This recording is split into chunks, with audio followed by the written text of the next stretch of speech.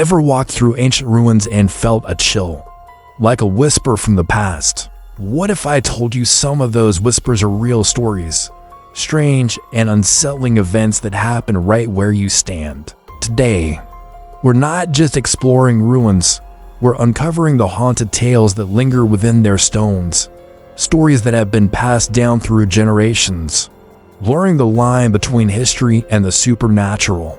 These aren't just ghost stories, they are echoes of real lives and dramatic events, imprinted on the very landscape, from Roman amphitheaters to forgotten castles. Join me as we journey into the heart of history's most mysterious and haunted locations. Prepare yourself, because some secrets are buried for a reason.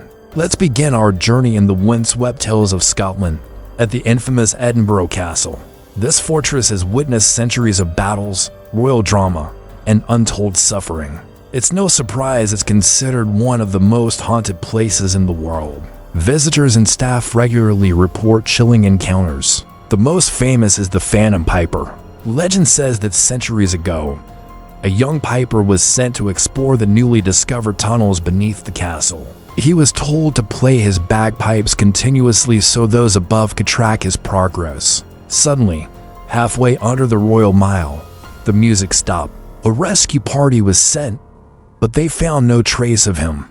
The tunnel was sealed. To this day, people walking the Royal Mile or exploring the castle's depths claim to hear the faint, sorrowful sound of bagpipes echoing from below the earth, a ghostly tune from a piper who never returned. Then there's the headless drummer boy, first seen in 1650, just before Oliver Cromwell's army attacked. His spectral drumming is now said to be a harbinger of danger, a ghostly warning from a bygone era. Are these just tales, or are the spirits of the castle still trying to communicate with us? Next, we travel to the sun-drenched plains of Italy, to the city of Pompeii. Frozen in time by the catastrophic eruption of Mount Vesuvius in 79 AD.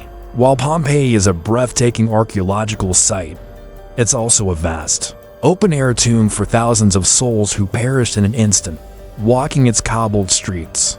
You can't help but feel the weight of the tragedy. Many tourists have reported unsettling experiences. Some hear the disembodied cries of children or the faint whispers of a bustling marketplace where only silence now reigns. One of the most common reports is the overwhelming feeling of being watched, a sense of panic and dread that seems to rise from the very stones, especially near the plaster casts of the victims, their final moments forever captured.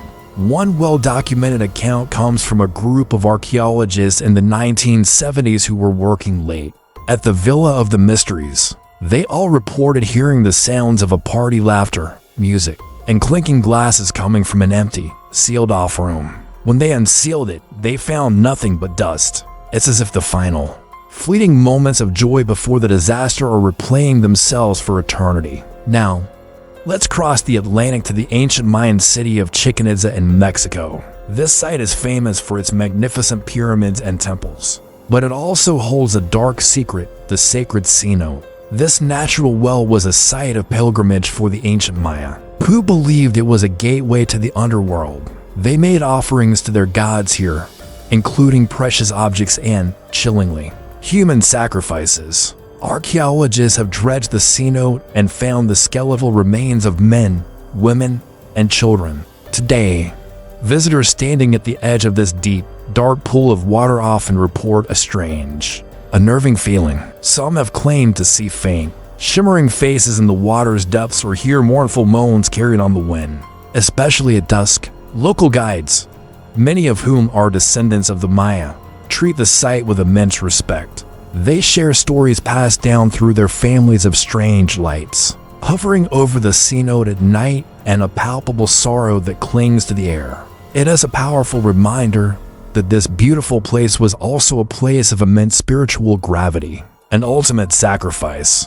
Are the souls of those offered to the gods still lingering, forever bound to this portal between worlds? Our journey continues to the Tower of London, a place synonymous with imprisonment, torture, and execution.